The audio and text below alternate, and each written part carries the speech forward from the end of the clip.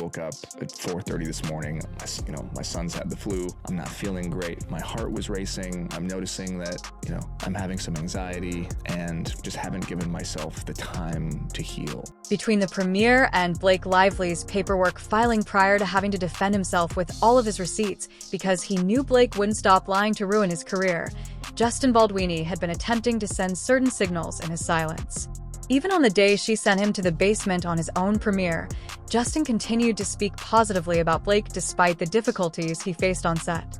Blake Lively first accused Justin Baldoni of starting a smear campaign against her, knowing full well that the majority of the smears were created by her past and present interviews, which was sufficient for the public to form their own opinions. I'm hoping to see you back in the double duty role. I think there are better people for that one. Justin. I think Blake Lively's ready to direct. That's what I think. To better understand how this was a call of distress from Justin at the time, observe how Colleen Hoover reacted when told that Blake was ready to direct and that Blake challenged him on set to take over crucial decisions of the project. This was a big warning coming from a place of pain on how Blake tried to take over. Justin was unhappy, but made sure to speak positively without causing chaos among the fans, which Blake didn't care about. So I doesn't know if he'd be going to direct the next one, but perhaps Blake would. Is that something that you would entertain? Funny enough, this was when the entire cast was attempting to avoid drawing attention to what went on behind the scenes, which was odd because it was obvious because both main leads were involved in separate media and PR tours prior to Blake amending her lawsuit. That eye roll is the reaction of someone who watched the drama unfold on set and realized Justin is being oppressed, but still did not care despite starting the process with him before Blake was brought on board. It was simple for her to damage Justin's reputation with his other actors, and they all chose Blake's side in the dispute because Justin knew she was the kind of person who would never stop lying to turn the world against him. Justin was also probably aware of how Blake did something similar to Penn Badgley before they started dating. Nevertheless, he saw that she had people who could ruin his career, and that was why he warned us with his silence, not saying anything until Blake accused him further with more lies. However, in the amended lawsuit, Blake mentioned 2 other actresses whom Justin harassed on set, but are willing to testify. At trial, the 2 women have been alleged to be Isabella Ferrer and Jenny Slate, but the insane thing about saying Isabella complained of abuse on set is baseless because Isabella on her own sent Justin a message after filming to thank him for making the set a safe place for her, and the rest, she thanked him for giving her a fantastic platform for her first film and emphasized the safety and protection she got on set due to Justin's initiative as a director. She said, "You are such a wonderful, smart, and sincere director. And you created such a comfortable, safe space for me to feel like I could fully step into this role. I couldn't have asked for a more welcoming environment. It will stay with me for the rest of my life." Isabella would have never sent this if Justin had indeed harassed her, as Blake is trying to establish. Like Colleen Hoover,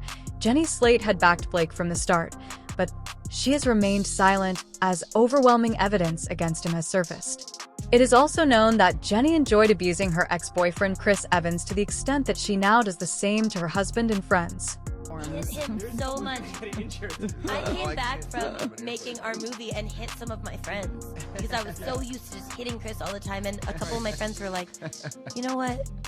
We really don't like it." And I hit my husband and he was like, "Nobody likes that." It's crazy that Justin feared all of this would happen and tried to warn us by being himself during the entire situation without the public's support after seeing the evidence of how Blake was about to have his career ruined.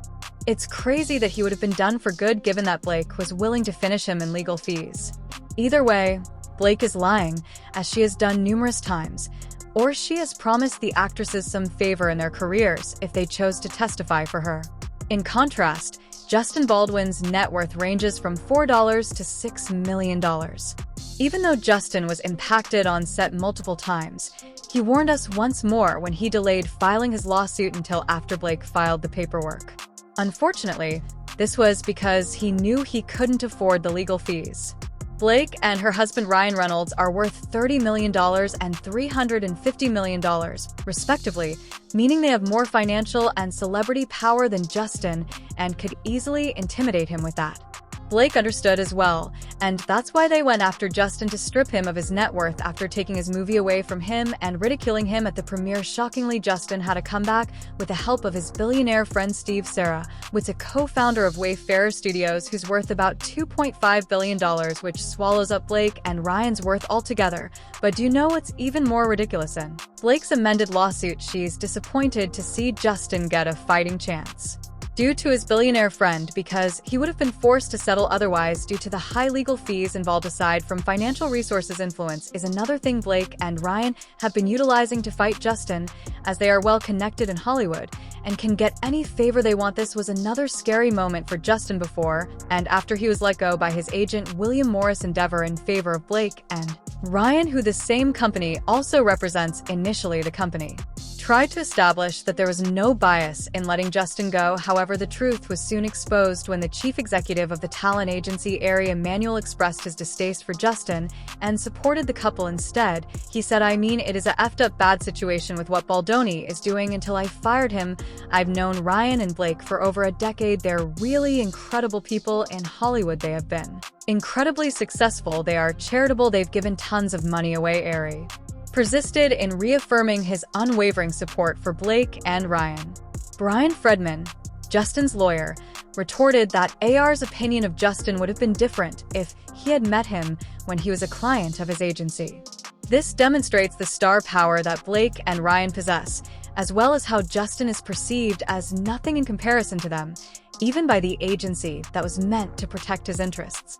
Now, many of the things that Justin feared would happen have continued to happen to him, as Blake demonstrated her influence and how far she is willing to go in shamefully twisting and modifying stories in her favor, which the public isn't buying, from getting his talent agency to fire him because of the controversy, which is one of the things Justin has lost in this battle with Blake. Justin may be winning favor with the public, but not in Hollywood, where most people support Blake and Ryan because of their fame and influence. A week prior to Blake filing her lawsuit in December 2024, Justin received the 2024 Vital Voices Solidarity Awards, which is a program that recognizes exceptional men who have demonstrated bravery and compassion in speaking out for women and girls around the world. However, by this time, the drama had already intensified on social media as Blake's old interviews surfaced, sparking numerous rumors about what might have happened on set. Nevertheless, Vital Voices presented Justin with the award, and on December 23, 2024, following Blake's paperwork, Vital Voices publicly announced that they had revoked the award and notified Justin of this. This award honors men who have shown courage and compassion in advocating for women and girls, which they felt just and deserved due to his being very vocal about feminism, but then they took it back with a statement that said on December 9, 2024, "We recognize Justin Baldoni with this award." On Saturday, December 21st, we learned through news reports about a lawsuit brought by Blake Lively against Mr. Baldoni, his publicists, and others that is disturbing and alleges abhorrent conduct. But do you know? What's crazy isn't just the fact that Blake and Ryan mocked Justin for being a feminist, but that in the amended lawsuit, Blake quoted Justin Baldwin's statement from 2017 at a TED Talk by trying to take his feminist ideologies out of context and making him look bad.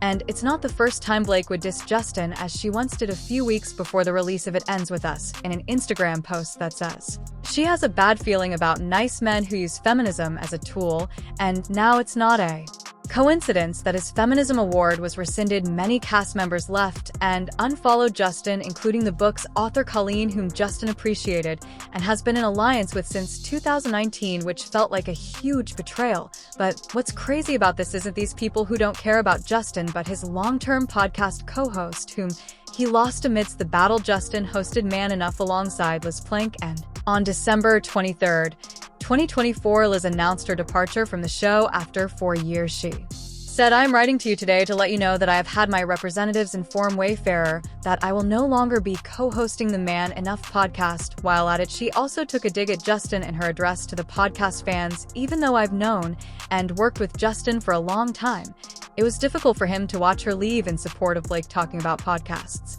Liz stated that we all deserve better, and that I know that together we can create it. "I will have more to share soon as I continue to process everything that has happened, but in the meantime, I will continue to support everyone who calls out injustice and holds the people standing in their way accountable."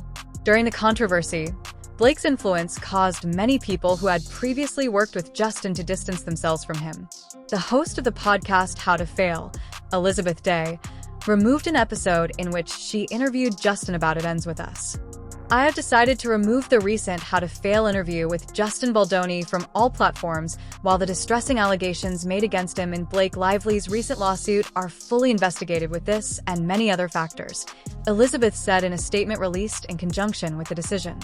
Blake asked for her lawsuit to be amended because she never imagined Justin would fight back with damning evidence to support his lawsuit, and even in the amended lawsuit, Blake hasn't been able to share convincing receipts to support her claims. Justin has lost a lot to the drama, and the most recent one seems to be financial and emotional struggles.